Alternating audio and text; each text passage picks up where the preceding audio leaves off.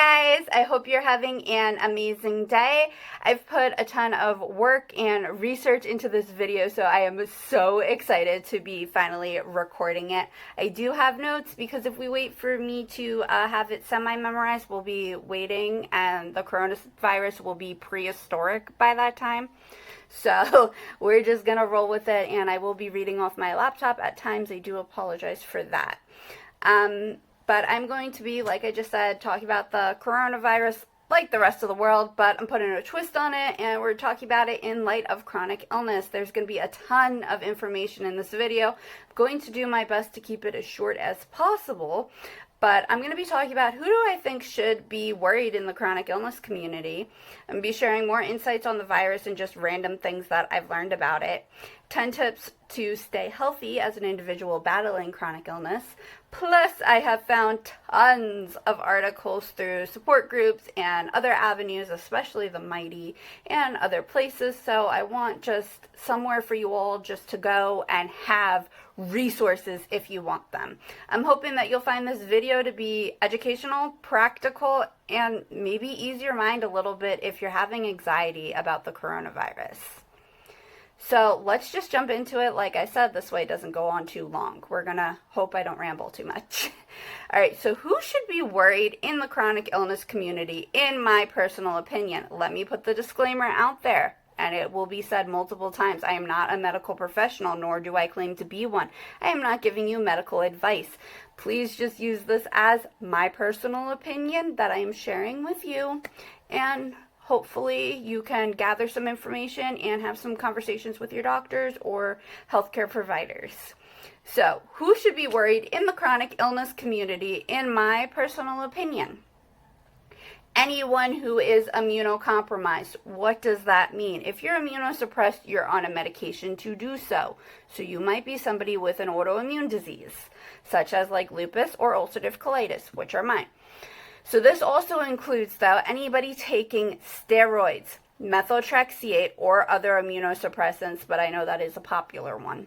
Any type of chemo drug, biologics, anybody receiving a blood plasma product such as IVIG. So those types of things, you will need to be careful. Additionally, anyone with an immune deficiency disorder, so like something in your immune system isn't right, it doesn't work up to par. So if you're overactive or underactive, you need to be careful. I feel like anybody with mast cell activation syndrome should be careful. And like my train of thought with this is that we don't know if we would be allergic to the coronavirus, so I just feel like it's better not to get the virus and not find out. Wheelchair users, which this was pointed out by another individual in a support group. One of my friends had said something about those with wheelchairs, that they're, always touching the dirty ground, and they're like, hosing off their wheels and like wiping down their wheels, always wearing gloves, lots of hand sanitizer. So if you're a wheelchair user, keep those tips in mind and just be mindful. Anybody with a central line like a port, a pick, a Hickman, anyone flaring, you're not in a good spot. You don't want corona and a flare. Just my opinion. So in my personal opinion, anybody with a chronic health condition should just be smart and remain educated at the issue at hand. I don't think people should panic or be paranoid by any means, but be educated and don't be dumb. From my understanding so far, the coronavirus is extremely similar to the flu or the common cold. So that's kind of how I'm viewing it in my mind. And like extra precautions and stuff, I do this stuff like during flu season anyways. I don't want to get acutely sick like ever if I can avoid it. I can't usually avoid it completely, but we try. So some other like random tips that I had read. I don't really know if that's a tip. I don't know what to call it. I guess a random fact. The coronavirus can survive on fabrics between 6 to 12 hours. It lives on surfaces for a minimum of 12 hours. So that's kind of big. So you really need to be cleaning. In my state, I was told it is preferable for an individual to call ahead of time if they need to go to the ER because they think they have the virus. If you have virus symptoms or like a fever, they want you to call ahead of time, which I didn't know. I learned from another person who doesn't even have chronic illness. My doctor was not helpful, but I'm going to share that in a little bit. So I'm thinking, honestly, anybody with a chronic health condition, I'm wondering, does it really pay maybe for us to call ahead of time if we need to go to the ER until it calms down? And like my train of thought is that maybe we could ask if we could like wait somewhere else instead of like the general waiting room. This way we're not like super exposed, because I mean, you don't really want to be in the ER right now and get exposed to like all these acute illnesses, but at the same time sometimes we need to go and it really stinks. All right, so now for the good stuff. My 10 tips to stay healthy, and this is not just like coronavirus tips. This is like just in general for anybody with a chronic illness, because like I said, you don't need an acute illness on top of it, because it's draining and it's not fun. It's miserable. Stay out of public as much as possible. I know it stinks. It's awful. Being homebound is no fun. I speak from experience. Lots of experience. At this point, nobody knows how infected America truly is because our tests are not really up to date. They're not up to par. Our testing right now for corona stinks.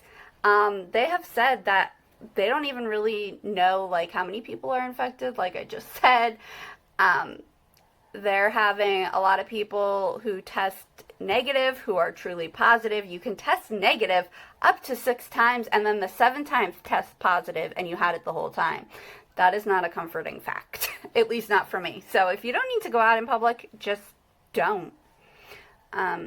Which, like I said, stinks. But if you need to go out, because I know, let's face it, most of us with chronic illness are going to have to go out at some point in time. But please, please, please, please, please be smart. Please. I would recommend that if you fall into the categories listed before of people who should be paying close attention to just the coronavirus in general, that you should be wearing a mask if you're out in public, and not one of these flimsy, stupid blue ones. Do not wear these. These are not helping. Okay, let me tell you exactly what my nurse said, and hopefully you can still hear me. This is how the mask looks.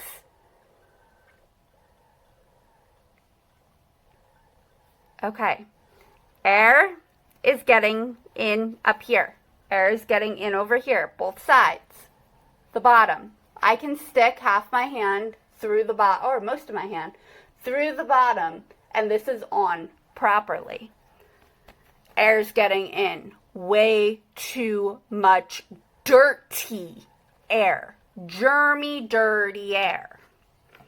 This is my mask that I wear if I have to go out. This has a nice filter, and you'll see it's not perfect. I'm not going to tell you it's going to keep you 100% healthy. I'm not going to tell you that, but it's better than the blue mask. Even my nurse is like, those masks don't do anything. People think they're doing something, but it's all psychological. That doesn't help. See how much tighter this is around my face? I can like just barely get in a finger comfortably. The filter. That's what we want. That's what we need right now. I am going to have like places where you can find these masks at, because they're really hard to come by right now. But I do have like a list, thankfully, from my mast cell support group, who is like absolutely phenomenal. So bring hand sanitizer with you. Bring wipes with you if you're going to the store. So I have like different types of hand sanitizers. This one's like really convenient. These are the ones that come in my access kit. These are super nice. This one's already used, but you just kind of like pinch it together and like it comes out. It's super great. Super convenient too. If you're unable to find hand sanitizer right now, because let's face it, that is a thing right now, 2/3 cup of rubbing alcohol, 1/3 cup of aloe gel. I can't say that. I can't say the second word, I'm sorry. It's aloe vera gel. I will also put it hopefully on the screen and in the description. Stay hydrated. This is something we should just all do as a human being. Even if you're not sick, you need to be drinking half your body weight in water every day. Staying hydrated is just a great thing. I did read somewhere, and of course now I can't find the article to be like, oh guys, it's in the description. I can't find the article. But it was saying that the coronavirus has a much more difficult time attaching to surfaces that are moist. It likes dry places. So like, and I know it's not like completely dry when you're not drinking because like you have phlegm and blah, blah, blah. But it is much moister, obviously, when you're drinking. So they say drinking water is supposed to help keep it away. If not, it's not going to hurt you to remain hydrated. Like, none of these tips are going to hurt if you take them by themselves, which is why I'm giving them. So the CDC is saying to contact your health provider about medications to have on hand, like backup supplies. This is totally not really a thing. At least I've never had any luck with this. Maybe you have. And if you have, please share so in the comments. They want you to keep medication on hand at all times, like a 2-week supply. Doesn't exist usually with like insurance and doctors and opioid epidemics, and you know, they do recommend though using a mail order system, but that's also going to take time, so I'm not really sure if that's a good tip for anybody to be honest, but I threw it in there anyways. Just be mindful that you need to be refilling your meds maybe a couple days early. This way you can have that window to go get them and hopefully not run out. I did also read in an article, in this article I do know exactly where it is, so it will be in the description. Very happy about that. That certain vitamins do help to fight off the coronavirus. So the 2 I am mentioning are extremely basic vitamins. Don't be dumb. Please don't be dumb. Ask your doctor. I know, very, very basic. Ask your doctor anyways. Make sure it is okay for you. I'm not a medical professional, and I do not claim to be one. I am just sharing information that I think is interesting, valuable, and helpful with you. Vitamin D and vitamin C. Let me start by saying that vitamin D is just critical to human life and to keeping symptoms of any chronic illness, to my knowledge, at bay.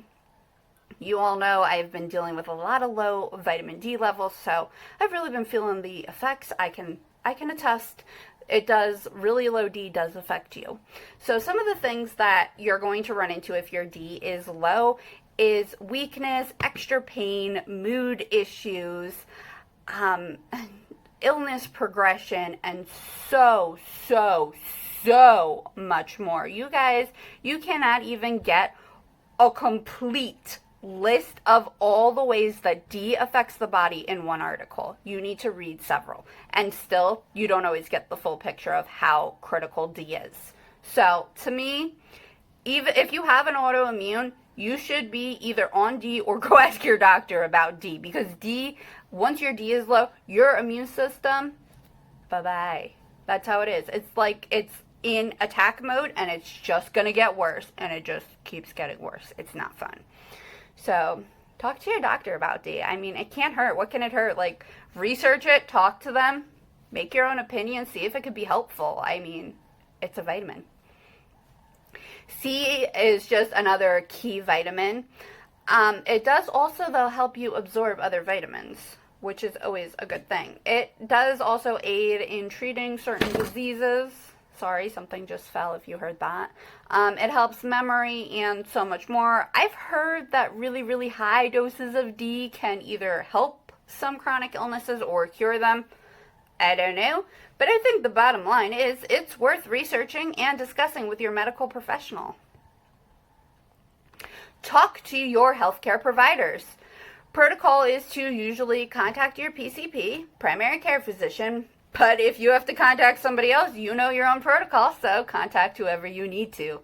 Ask them, is there a plan for you to stay healthy with this? Is there anything you should be doing, like extra to keep yourself healthy or to reduce your risk of coronavirus? Or maybe something, if you get the virus, is there something that your team can do, maybe adjust your meds to help you kind of fight it a little bit better? It's worth asking. I don't really think the majority of us are not getting answers from our doctors. And I understand that, but I do still think having the conversation is important, and it still matters even if we don't get answers, because I feel like if I end up with the virus, I will have more peace of mind myself knowing, you know what, I did contact my doctor. I did ask her, is there anything I should be doing? Is there anything I should be watching out for? And I can say with confidence, my doctor completely dismissed me. I know she's not thrilled with me at the moment because you all know I have a lot going on. So everybody's pretty frustrated with me. But basically, when I had told her that I was running a fever, she was like, well, just stay home. That was it. And I was like, you're not concerned? And she's like, well, if you're concerned, go to the ER. Go to the ER? You can't be serious. Like, my mind, guys, is blown. Go to the ER. You're not going to offer testing or anything else, even though the virus is already at the facility you work at. Like, you work right there. Like, across the street, the virus is right there. And we're not worried yet. So, I'm a little bit annoyed. I just think that there should be a better plan. And I'm not really told. I'm just told if you have a fever and if you have worse chest pain than usual. I have a fever, I've got the chest pain, I've got numbness, I've got body aches. I have no idea if I have the virus, guys. None. I don't know if I'm just flaring. I don't know what's going on. So we're just playing it all by ear at this point. But I am kind of like thinking of if stuff like is persisting, that I'm either going to call the hospital or I'm going to be calling, like, I guess the CDC or the state, which is pretty scary. It's very intimidating. Yeah. So I guess that's kind of like the game plan at the moment. Because like I've said before, with corona, you get the fever. With flares, you get a fever. With the flu, you get the fever. So I don't even know. Am I relapsing with the flu? I don't know. It's so confusing, guys. So confusing. Anyways, back to my tips. Eat as healthy as your body will allow you to, which is something that you should be doing every day. Your body needs you to eat the best that you can. And I say the best that you can because, like, I personally can't eat a ton of fruit and vegetables. I used to, and I used to love to do it. But now, like, my body, like, wants more carbs, and like that's like stuff I can digest. So that's why I say eat as healthy as your body is gonna allow you to. With the outbreak going on, your body is seriously crying out for you to do the right thing as much as possible. This way you can just stay healthy. Get rest. Healthy adults, guys, need between 7 and 9 hours of sleep. Spoonies, which are people with chronic illness, need more. Bottom line, just logic and basic math right there. Sorry, water. Hotsy. And I have been coughing off and on, so I keep feeling like I'm gonna like start coughing. Sorry about that. So, and like eating healthy is not always easy. Sleeping well is not always easy either with chronic illness. It is a struggle. If you don't have chronic illness, the struggle is real with sleep, guys. Like, many of us battle insomnia. And I recommend right now, if you're battling insomnia, do what your body needs. Let it rest when it wants to rest. I know it's like annoying and you don't want to mess up your sleep pattern more, and sometimes you don't want to nap during the day. Take the nap. Rest more. Take it easy. I know it stinks, but you gotta do what you gotta do.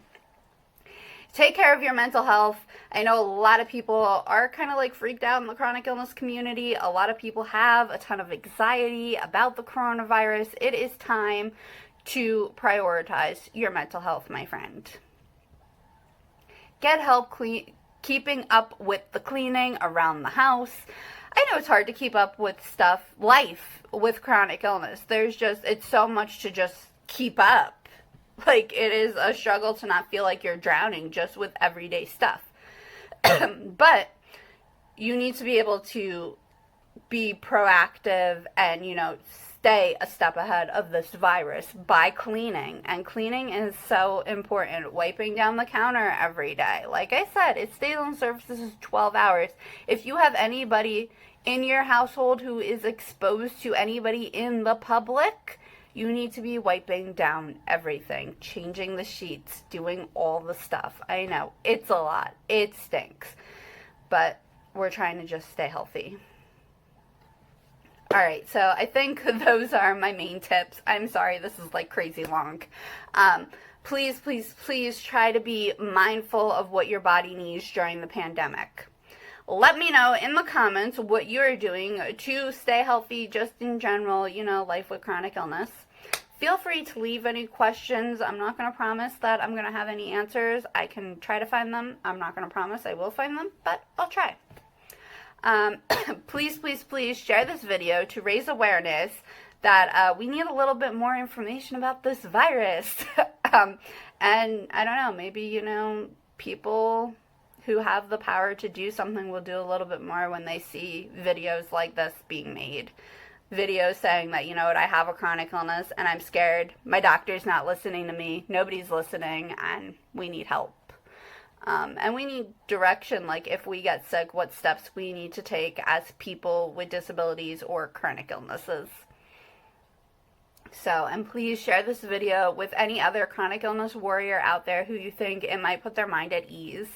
And I am praying and hoping with all of my heart that you all stay as healthy as can be and that nobody gets the virus. Alright guys, I hope you have a fantastic day and I will see you soon. Bye.